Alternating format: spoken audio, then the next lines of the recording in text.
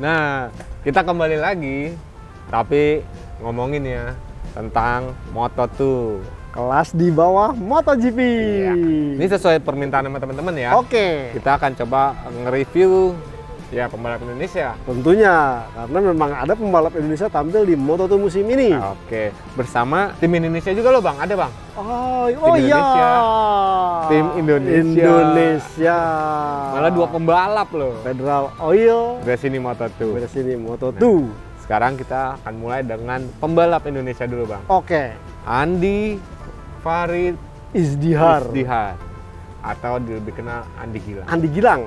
Oke. Ini penampilan ketiga. Betul. Andi Gilang di ajang Moto2 2020. Menurut Bang Joni, Ya.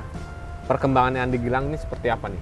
Ya mungkin kalau kita melihat masih butuh adaptasi. Pertama itu, kedua memang kondisinya juga ya benar-benar sangat baru sama sekali karena Triumph 765 ini baru dipakai Andi Gilang di seri sebelumnya di San Marino ya kalau nggak salah ya. Itu yang wildcard ya? Wildcard. Ya benar. Artinya kemudian agak sedikit panjang jeda karena dia gitu masih ikut balap di 600 cc Asia Road Racing Championship kan? Iya.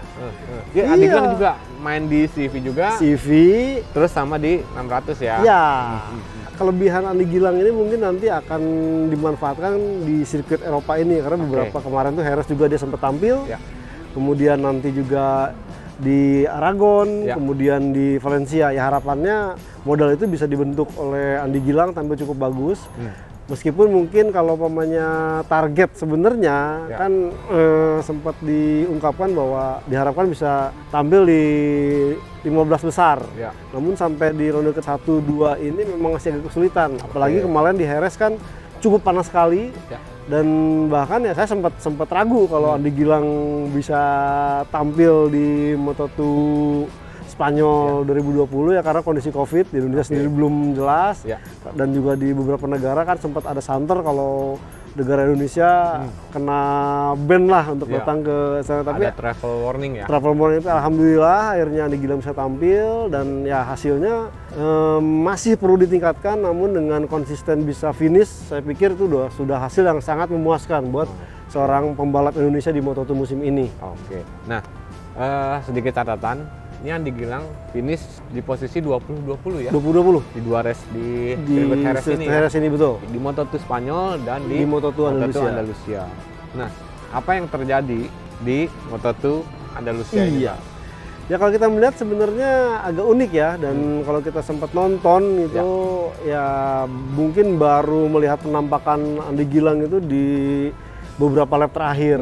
Karena memang kondisinya juga di Moto2 kemarin cukup hektik, cuaca cukup panas dan beberapa pembalap juga ada yang mengalami kecelakaan.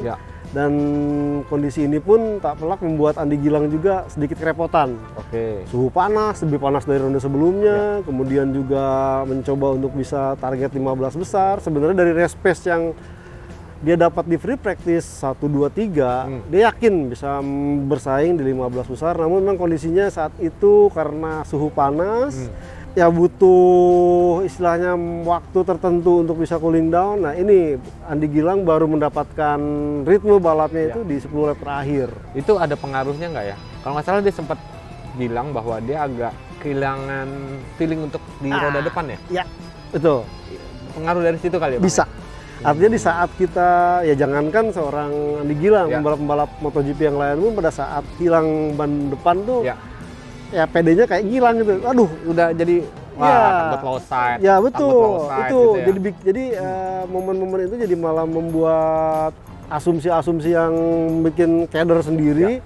Dan kemudian baru menemukan lagi itu tuh udah mulai pede di 10 lap terakhir udah bisa ini, cuman memang agak terlambat. Seandainya mungkin itu kejadian di 15 lap akhir, artinya masih ada 2/3 balapan, mungkin hasilnya akan lebih bagus. Tapi setidaknya ini Andi Gilang sendiri di seri Andalusia kemarin menjadi pembalap Asia Tenggara yang berhasil finish ya.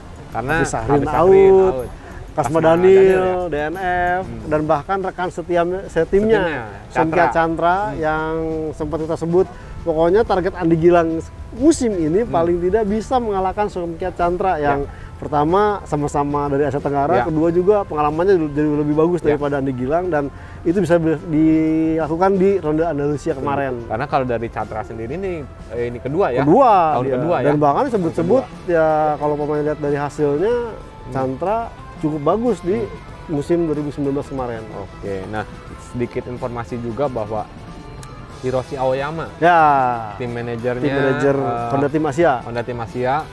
Ya, seenggaknya dengan hasil pencapaian 20 besar di MotoGP Andalusia ini, dia berkata bahwa Andi Gilang sudah melakukan peningkatan.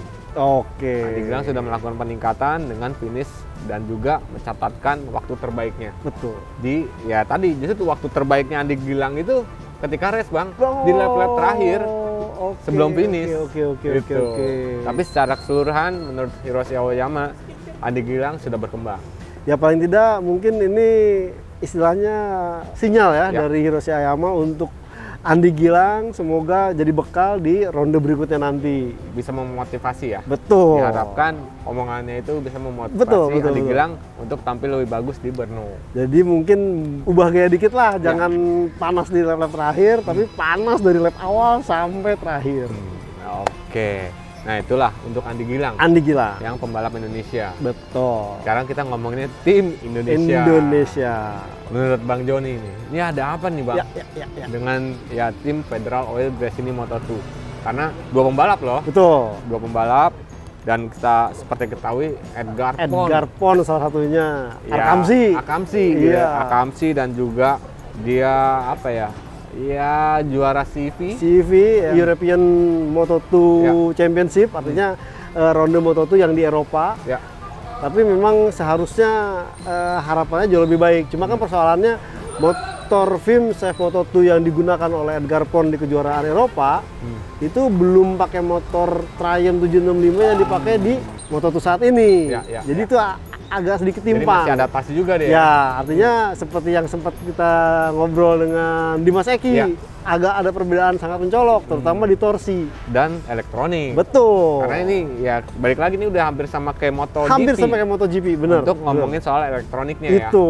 Dan mungkin Edgar Pons masih belum bisa menemukan setting terbaiknya. Makanya kalau kita melihat Edgar Pons bisa tampil bagus di saat free practice, kualifikasi, tapi tidak di saat race pace. Race pace-nya malah jauh lebih baik Nicolo Bulega. Karena Bulega sempat juga sebelumnya di tim Sky Racing VR46. Artinya dia tahu bagaimana setting motor, cara menggunakan motor, dan kalau kita melihat apple to apple, Bulega memang unggul daripada Edgar Pons. Ibaratnya ini Bulega lebih banyak pengalamannya ya. Betul. Ketimbang Edgar Pons. Iya. Nah, tapi yang menjadi menarik, kemarin sih sempat DM-an. Oh iya. Kayak siapa DM-an?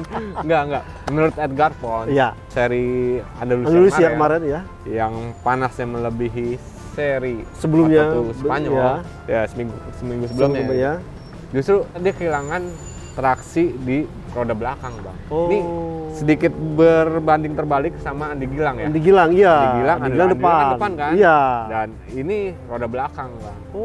Makanya akhirnya dia sedikit terlambat untuk ngejar, untuk bisa masuk fight di rombongan Nicolo lah. Di rombongan ini Bulega. Akhirnya itu keburu finish. Tapi baik itu Bulega, baik itu Edgar Pons, mereka ngomongnya sih akan tampil lebih maksimal lagi di Brno. Harus, paling tidak ada peningkatan, karena kalau kita melihat peta rondenya sendiri kan jauh lebih banyak dari MotoGP.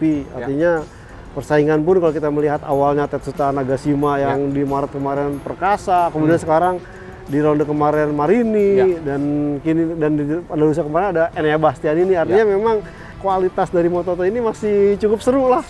Iya. Jadi geser terus gitu. Juara-juara itu bergeser terus ya. Jadi harapannya buat Andi Gilang juga kita doakan bisa tampil maksimal di ronde berikutnya, makin matang pengalamannya. Buat tim Indonesia Federal Oil Gresini Moto2 juga makin lebih baik lagi. Itulah. Jadi kalau misalnya ini jadi sedikit lebih seru juga untuk kita untuk orang Indonesia gitu. Indonesia lebih seru.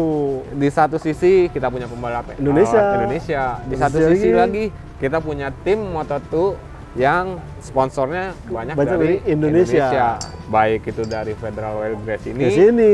Baik itu dari apa? Antangin ya? Antangin. Ada Bolt juga, ada GS Astra, gitu kan, ada Astra. Bolt. Nah, bener-bener Indonesia. Indonesia Makanya kita lah bilang bahasanya. Indonesia. Iya. Tim Indonesia. Indonesia. Gitu. Oke, guys. Nah, itulah sedikit review untuk Moto2. Betul. Andalusia 2020. 2020. Kita akan tetap nge-review lagi nggak nih? Ya, untuk yang di Brno. Ya kita serahkan nih ke teman-teman yang menyaksikan kita, ya tinggal kasih komen apa masukannya, pendapatnya. Kita menerima kritik dan saran juga. Siap. Dan mungkin kasih informasi juga teman-teman, ada YouTube, ada kanal YouTube keren loh, Auto Race gitu. Abang jadi promosi banget ke Auto Race-nya. Ya sama itu, nyalakan lonceng biar tahu perkembangan yang topik-topik terbaru dari Auto Race itu apa. Ya, jangan lupa juga mungkin bisa ya simak ya beritanya, balapnya. Baik itu di Auto Race ID, motorplusonline.com ataupun di gridauto.com. Oke, guys, saya Eka Budiansyah dari Auto Race ID dan juga gridauto.com. Dan saya John Dilono Mulia dari motorplusonline.com. Kita mau pamit, Bang. Kita pamit. See you. See you.